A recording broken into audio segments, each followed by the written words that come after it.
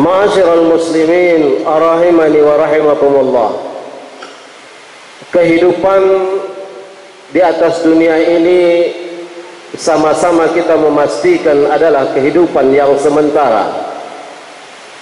Lalu kita selalu memutuskan sesungguhnya kematian itu adalah suatu kepastian, satu-satunya kepastian yang ada di dalam kehidupan dunia ini. Lalu muncul pertanyaan yang ketiga dari pernyataan kita itu, ada sebuah pertanyaan, mau kemana kita sebagai seorang mukmin ini ketika berada dalam nilai keimanan kepada Allah? Lalu sudahkah nilai keimanan kita itu keimanan yang sempurna di hadapan Allah? Yang ketiga, atau kita masih mungkin sebagaimana berimannya orang-orang yang memang kurang yakin kepada Allah Subhanahu wa taala. Hari ini saya ingin membawa sebuah khutbah yang berjudul Iman di Tepian. Allah telah berfirman di dalam surat Al-Hajj ayat 22 yang telah Khatib bacakan di awal tadi. Wa minan nasi may ya'budullaha ala harfin.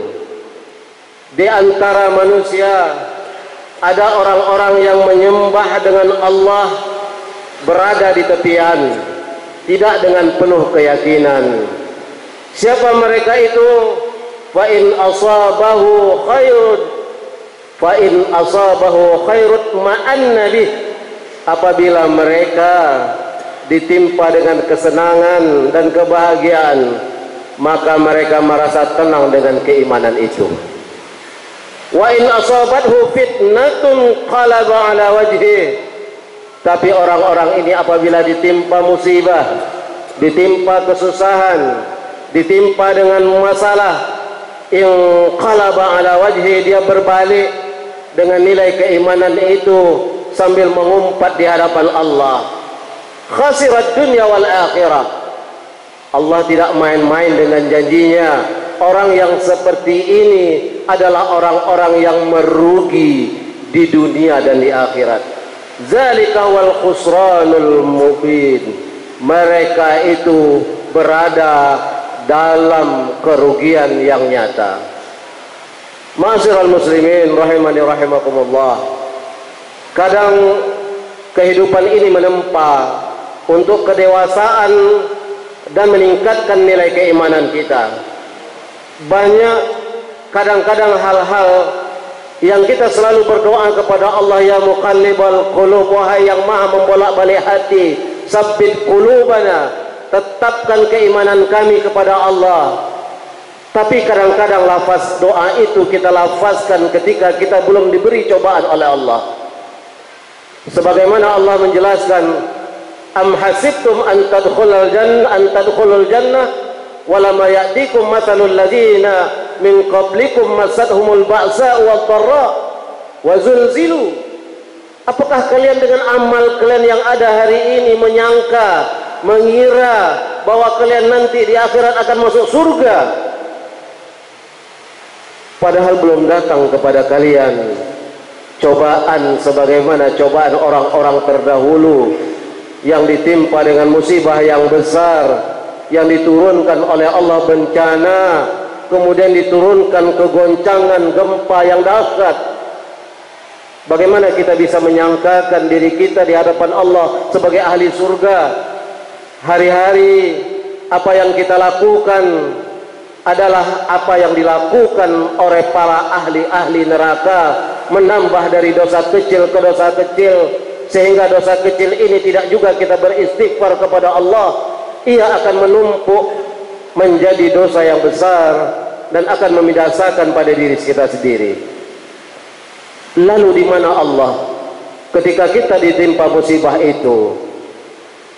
Nilai keimanan tidak akan pernah bergeser ketika Allah memberikan penjelasan kepada kita bahwa sesungguhnya musibah itu adalah penjelasan Allah.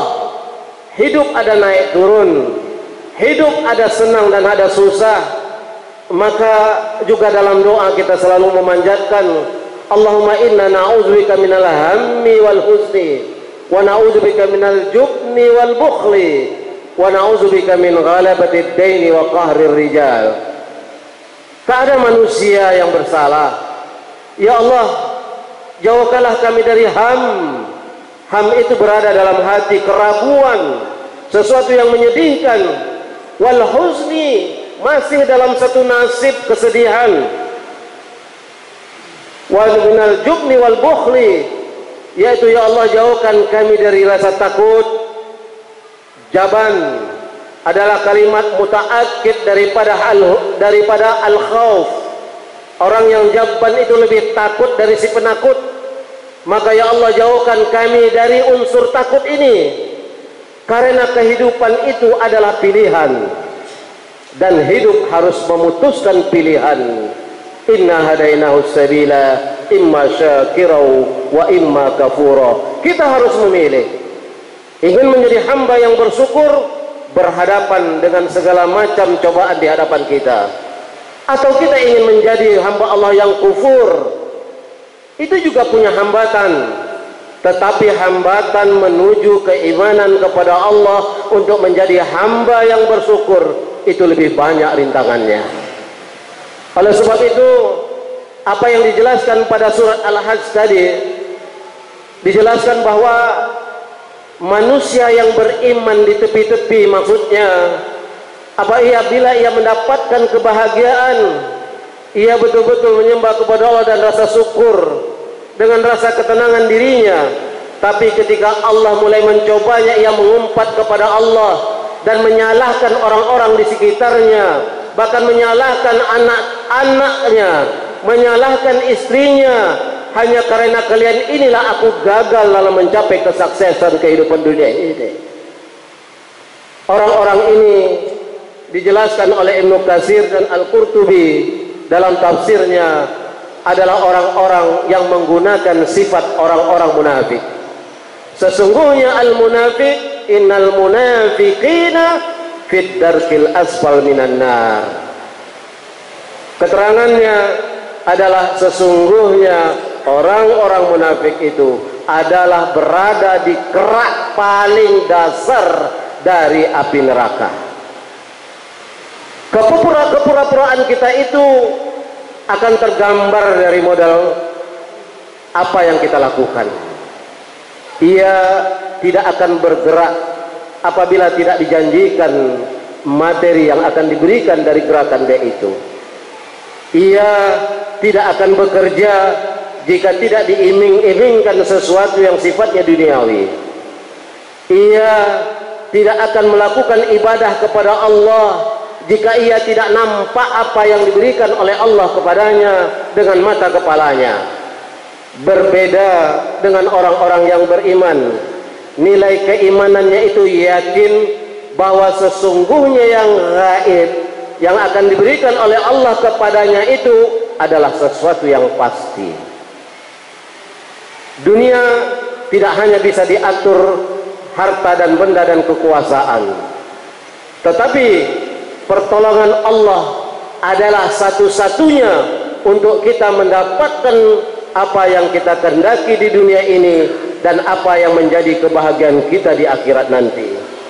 Ma'asyiral muslimin rahimakumullah. Hadirin sidang salat Jumat yang dirahmati Allah dan dimuliakannya. Rasulullah sallallahu alaihi wasallam dalam kehidupannya pernah ditanya oleh Siti Aisyah radhiyallahu anha. Ketika itu beliau berada dalam situasi yang sangat sulit, maka tak satu pun yang di dapur yang dapat dimakan, dan tak satu pun dari guci yang biasanya berisi walaupun sedikit dari air susu, dari susu kambing yang bisa diminum. Maka ketika sholat asar, Rasulullah SAW melihat seorang sahabatnya yang bernama Abu Hurairah tidak kembali ke rumah. Memang kebiasaan orang Arab makan siangnya agak lambat. Maka ketika itu diajaklah Abu Hurairah dan ditanya, "Ya Abu Hurairah, ma gharraka, ma ahwaluka? Apa gerangan engkau setelah sholat jamaah ini tidak kembali ke rumah?" Maka Abu Hurairah mengatakan kepada Rasulullah sallallahu alaihi wasallam, "Ya Rasulullah, pulangku dengan keberadaanku di masjid ini lebih baik aku berada di masjid, karena tak satu pun yang dapat aku makan dan tak satu gelas pun atau satu kendi pun yang berisi air susu yang bisa aku minum di rumah." Dengan hati yang terbata, Rasulullah juga ingat apa yang tadi dipesankan oleh Aisyah, bahwa dapur mereka juga tidak berisi apapun, hanya sepotong roti 1/4 dari satu roti, dan mungkin 1/4 dari isi air susu yang sudah hampir habis. Menjelang sampai di rumah, dikatakan kepada Abu Hurairah, "Ya Abu Hurairah, kita tahu bahwa rumah Rasulullah dekat dengan mimbarnya yang sekarang menjadi kuburan Rasulullah SAW. Dan ketika itu ditawarkan, 'Ya Abu Hurairah, marilah ke rumahku dan kita akan memakan apa yang dapat kita makan dan minum seteguk susu, setegak susu yang bisa kita minum.' Begitu masuk ke dalam rumah Rasulullah SAW, Abu Hurairah tidak nampak sedikit pun apa yang akan diberikan kepadanya, kecuali 1/4 potong roti yang ada di atas pelepah korma, dan dilihat guci-guci untuk mengisi air itu pun telah habis. Lalu Rasulullah memanggil Abu Hurairah, 'Ya Abu Hurairah, jika engkau berkenan, bawalah sepotong roti ini dan air yang di dalam guci ini atau susu kambing yang berada guci ini, engkau berikan kepada ahli sufah yang berada di masjidku ini." Dalam ingatannya Abu Hurairah bahwa jumlah ahli sufah itu lebih dari 10 orang yang tinggal di sekitar Masjid Nabawi. Secara akal, apakah mungkin 1/4 roti dan 1/4 dari isi susu air susu ini dapat aku bagikan kepada orang itu? Tapi karena ini, ma'asyiral muslimin rahimakumullah, adalah perintah Rasulnya, dan ia yakin bahwa perintah Rasul itu tidaklah main-main, ia berikanlah seteguk demi seteguk air susu yang ada di dalam kendi tersebut atau di dalam guci tersebut, dan dipotonglah roti itu secuil-secuil sehingga sampai kepada gilirannya roti itu tidak berkurang. Kemudian ia masuk ke ruangan Rasulullah SAW dan Rasulullah berkata, "Wahai Abu Hurairah, minumlah air susu itu." Setelah diminum sekali, Rasulullah mengatakan, "Minum untuk yang kedua kalinya." Diminumlah untuk yang kedua kalinya. Kemudian disuruh oleh Rasulullah yang ketiga kalinya. Tetapi Abu Hurairah mengatakan, "Bagaimana aku bisa memakan secuil roti, ya Rasulullah, dan air yang berada di dalam kendi atau guci ini, sedangkan engkau belum minum?" Hal ini mungkin riwayat, tetapi semua yang ada di dunia ini bukan semuanya bisa masuk akal, termasuk apa yang diberikan oleh Allah kepada kita berupa rizki. Apa yang dilakukan oleh Abu Hurairah adalah keyakinan karena nilai keimanan kepada Allah dan Rasulnya. Lalu apabila ia berpikir dengan kepalanya, tentu tidak akan terpecahkan apa yang barusan ia lakukan di hadapan Rasulullah SAW. Sehingga beliau meminum dari teguk yang ketiganya, diberikan kepada Rasulullah, dan Rasulullah masih bisa makan. Aisyah mengalirkan air mata melihat kejadian yang ada, bukan karena sedih dengan harta yang tak ada atau makanan yang sudah tidak ada, tetapi keyakinan kepada Allah, sikap Rasulullah di hadapan sang istri yang telah melapor dengan tidak adanya yang di dapur, masih menjamu tamu yang datang ke rumahnya. Nilai keimanan inilah yang harus kita tanamkan, dan momen Ramadan ini adalah bagian dari madrasah kubro, sekolah yang besar untuk kita bisa menempa diri kita, berbagi kepada sesama kita untuk menumbuhkan nilai keimanan kita, bukan lagi nilai keimanan orang di tepian yang percaya kepada Allah ketika ia mendapat kesenangan, tetapi mengumpat kepada Allah ketika sedikit saja ujian Allah disampaikan kepadanya. Untuk itu sahabat diberikan doa oleh Rasulullah sallallahu alaihi wasallam untuk mendapatkan keberkahan itu dalam doa yang pendek. Allahumma a'inni ala zikrika wa syukrika wa husni ibadatik.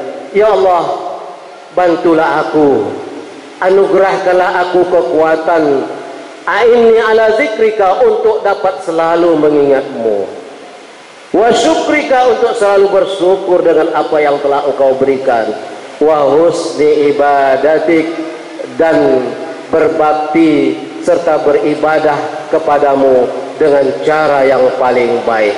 Salah satu momennya adalah bagaimana kita memperbaiki ibadah kita di dalam bulan Ramadan ini. Semoga kita menjadi orang-orang yang bertakwa.